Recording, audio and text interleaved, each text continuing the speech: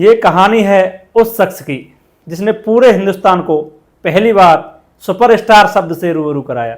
Stardom ऐसा कि लोग उसे देखना नहीं पूजना चाहते थे, ऐसा जुनून कि लड़कियां उसके बंगले के बाहर दिन रात इंतजार करती थीं सिर्फ एक झलक पाने के लिए। यह कहानी है राजेश खन्ना की, एक अभिनेता, एक स्टार और एक इमोशन। काका सिर्फ एक नाम नहीं था, एक दौर था, एक दीवानी दुनिया का ताज था और फिर एक खामोश पर्दा था। ये कहानी है उसी ताज के ढह जाने की। नमस्कार, आप देख रहे हैं द टाइम्स 24/7 की स्पेशल रिपोर्ट बॉलीवुड डायरीज और मैं हूं के चौधरी।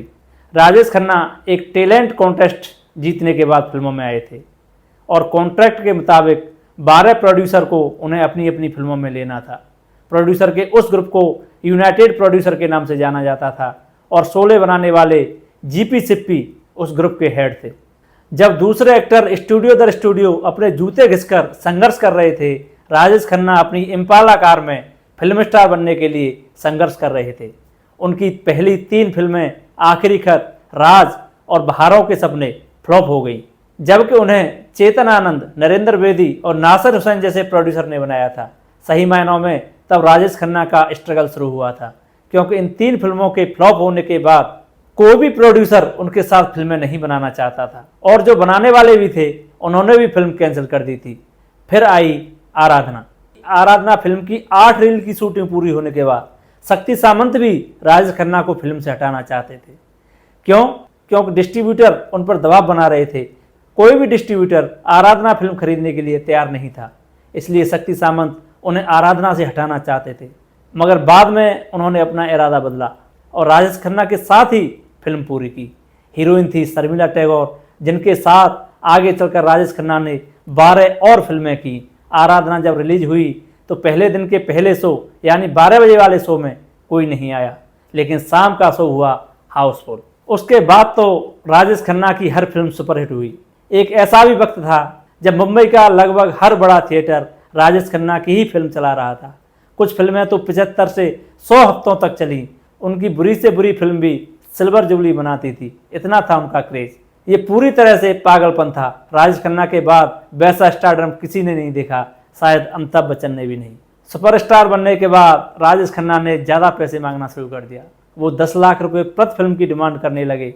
वो दिलीप कुमार, राज कपूर और देव आनंद से भी ज़्यादा फीस लेने लगे। सफलता उनके सिर पर चढ़ गई। शुरुआत में जब उन्होंने नखरे दिखाने शुरू किए तो प्रोड्यूसर ने उन पर ज़्यादा ध्यान नहीं दिया। वो कहते थे कि राजेश खन्ना सुपरस्टार है, इसलिए कोई दिक्कत नहीं। लेकिन बाद में राजेश खन्ना ने उन्हीं लोगों को परेशान करना शुरू किया जिन्होंने उन्हें बनाया था।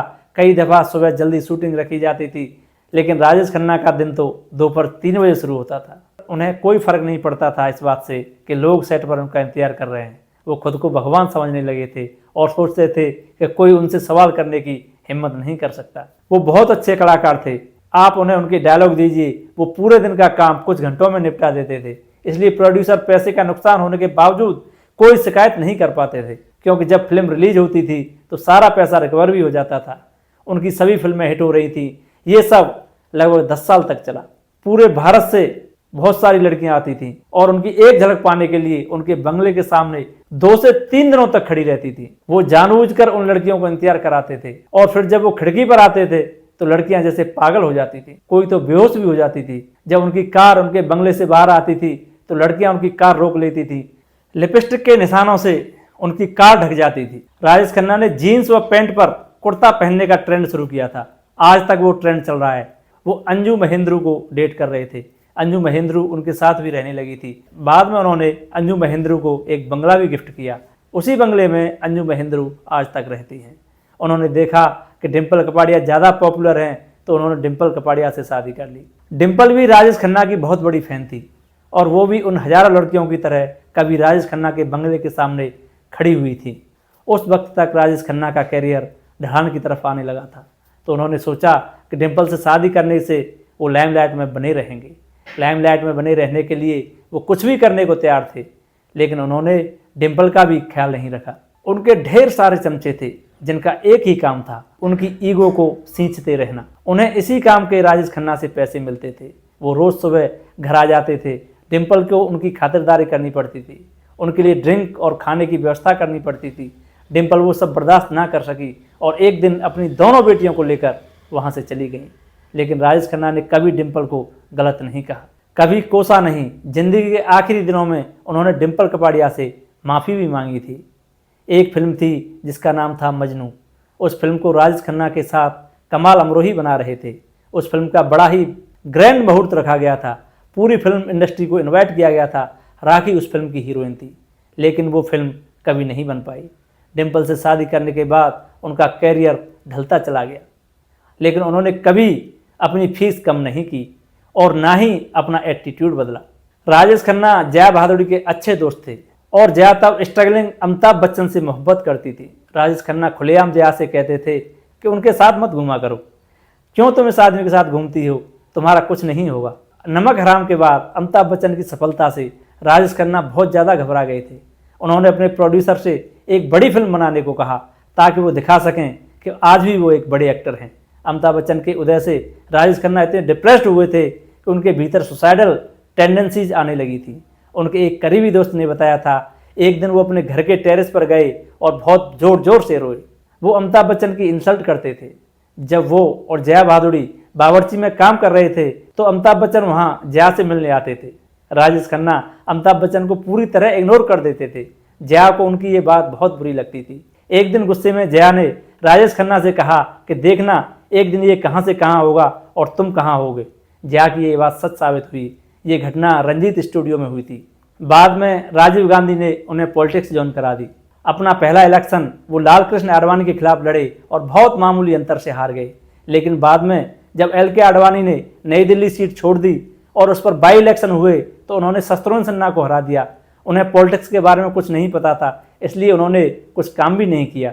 वो आनंद बख्शी जी से अपने लिए कविताएं लिखवाया करते थे और उन्हें रैलियों में जाकर पढ़ते थे। वो पॉलिटिक्स में भी फेल हो गए। उनके पास कुछ काम नहीं बचा था। शादी, कैरियर, पॉलिटिक्स, प्रोडक्शन हाउस सब असफल हो गए थे। वो 3 बजे अपने ऑफिस में आते थे और शाम को 6:30 बजे तक खिड़की के बाहर झांकते रहते थे। उसके बाद वो पीना शुरू करते थे और सुबह 4 बजे तक पीते रहते थे। हालांकि उन्होंने अपना पैसा बहुत सही जगह इन्वेस्ट किया। उनके पास आखिर में काम भले ही ना रहा हो, लेकिन उनके पास इन्वेस्टमेंट बहुत थी। वो राजाओं की तरह जीते थे। अपनी मौत से 3 साल पहले उन्होंने अपना पूरा बंगला रिनोवेट कराया था।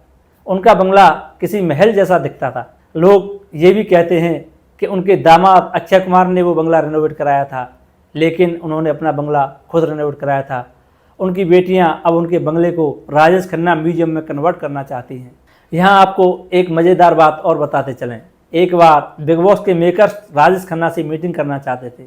वो राजेश खन्ना को बिग बॉस के घर में लाना चाहते थे, लेकिन राजेश खन्ना जी से बात की गई तो उन्होंने मना कर दिया। उन्होंने कहा कि नहीं नहीं, राजेश खन्ना ऐसे शो करेगा। खबरों की माने तो कलर चैनल के मेकर्स उन्हें प्रति एपिसोड 3.5 करोड़ रुपए देने को तैयार थे, लेकिन वो तब नहीं माने।